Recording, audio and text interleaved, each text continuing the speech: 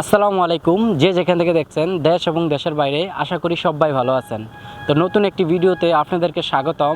তো আজকে আমরা কথা বলবো যে বাংলাদেশে যে চলমান কোটা আন্দোলন, এই কোটা আন্দোলন নিয়ে প্রবাসী যারা আছে, প্রবাসী ভাইদের কি মতামত, আসলে তারা কি বলে, কোটা আন্দোলন কি যৌক্তিক নাকি অযৌক্তিক, আজকে আমরা প্রবাসী ভাইদের কাছ থেকে এই মতামতটুকু জানবো।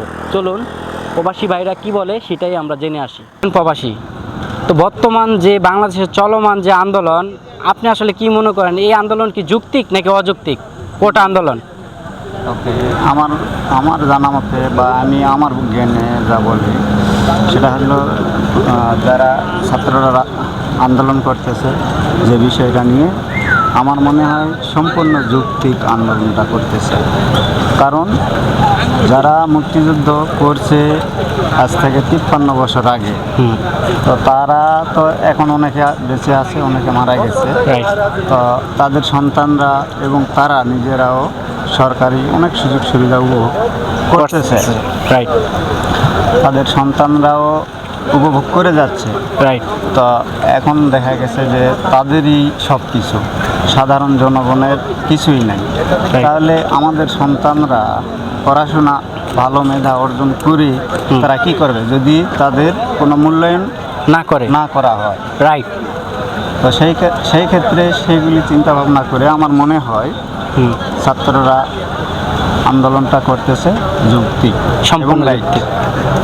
তো প্রিয় বন্ধুরা, এই প্রবাসী ভাইয়ের কাছে আমরা আসলে জানতে পারলাম এই বিষয়টা, উনি যতটুকু পারছে এটা ক্লিয়ার করার চেষ্টা করছে। এভাবে আপনারা প্রবাসী হিসাবে আপনাদের জন্য সরকারের কোনো কিছুর জন্য আবেদন করতে চান কিনা? হ্যাঁ, অবশ্যই।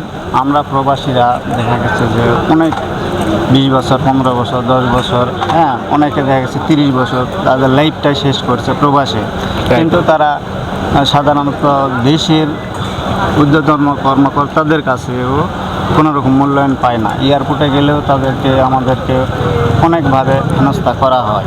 রাইট। তো আমার সরকারের কাছে চাওয়া বা বলার একটাই রিকোয়েস্ট যে যদি মুক্তিযোদ্ধারা তাদের কোঠা অনুযায়ী তাদের সন্তান, তাদের নাতিপুতিরা যদি সুযোগ সুবিধা সরকারিভাবে পায়, তাহলে আমরাও তো প্রবাসী, আমরা মুক্তিযুদ্ধ হয়তো বা করি নাই, কিন্তু আমরা তো দেশের জন্য প্রবাসে রেমিটেন্স পাঠাইতেছি। রাইট। হ্যাঁ, তো সেই ক্ষেত্রে আমাদেরকে বলা হয় রেমিটেন্স যোদ্ধা। রাইট। তো আমরাও এই দাবি জানাচ্ছি যে আমরা রেমিটেন্স যোদ্ধা যদি হয়ে থাকি তাহলে অবশ্যই আমাদের জন্য কোঠার ব্যবস্থা করা হোক। রাইট। তো এই ভাইয়ের বক্তব্য সম্পূর্ণ ক্লিয়ার। প্রিয় দেশবাসীর কাছে এবং সরকারের কাছে যে আবেদনটা রাখছে যে একজন প্রবাসী 20 বছর 30 বছর বিদেশ করার পর সে যখন বৃদ্ধ অবস্থায় বাড়ি ফিরে, তখন তার কোনো অবস্থায় থাকে না কাজ করার, অথচ আমাদেরকে বলা হয় দ্বিতীয় মুক্তিযোদ্ধা। ফ্রিডম ফাইটার যারা আছে তারা দেশটা স্বাধীন করেছে, আর দেশটার অবকাঠামো সুন্দর করার জন্য কিন্তু এই প্রবাসীদের ভূমিকা অনেক অনেক গুণ বেশি। আজকে রাস্তাঘাট থেকে কলেজ, মাদ্রাসা, স্কুল সব কিছুই পিছনে আজকে এই প্রবাসীদের হাত রয়েছে। তো উনি যে বক্তব্য দিয়েছে, এই বক্তব্য এটাই ক্লিয়ার যে একজন প্রবাসী যখন বিদেশ থেকে বাড়িতে ফিরেন, তার প্রাপ্য সম্মানটুকু তো সে পায় না, বাকি জীবনটা অনেক কষ্টে কাটিয়ে তার শেষ করতে হয়। তাই সরকারের প্রতি বিশেষ আবেদন করা হয়েছে যাতে প্রবাসীদেরকে বিশেষ কোটার ব্যবস্থা করে দেওয়া হয় বা প্রবাসীদের দিকে সুনজর দেওয়া হয়, এটাই উনি বলতে চেয়েছেন। তো সবাইকে ধন্যবাদ। আজকের জন্য এই ভিডিও থেকে বিদায় নিচ্ছি। ইনশাল্লাহ আবারও কোনো ভিডিওতে আপনাদের সামনে হাজির হব। আসসালামু আলাইকুম।